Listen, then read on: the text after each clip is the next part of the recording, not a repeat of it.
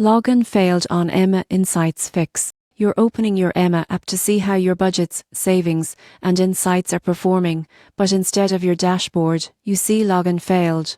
It's annoying, but don't stress. Here's how to fix it quickly and safely. First, make sure your login information is correct. Emma requires an exact match for your registered email and password.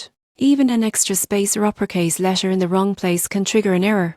If you've recently changed your password, clear any saved login data or autofill entries. If it still doesn't work, reset your password through Emma's Secure Reset link. Next, check your network connection. Emma Syncs live with your linked bank accounts, and a weak or unstable connection can interrupt login verification. Try switching between Wi-Fi and mobile data or disabling your VPN if you're using one. VPNs can sometimes confuse banking authentication systems. If you're using the Emma app, ensure it's updated to the latest version. Outdated apps can conflict with Emma security updates and prevent successful logins. Go to your app store, update the app, or reinstall it if necessary. Your linked accounts and data will stay safe. If you're using Emma through a web browser, clear your cache and cookies. All stored session data can block login tokens or cause compatibility issues. After clearing, restart your browser and try again. If everything looks correct, but you still can't access your account, the issue might be on Emma's side.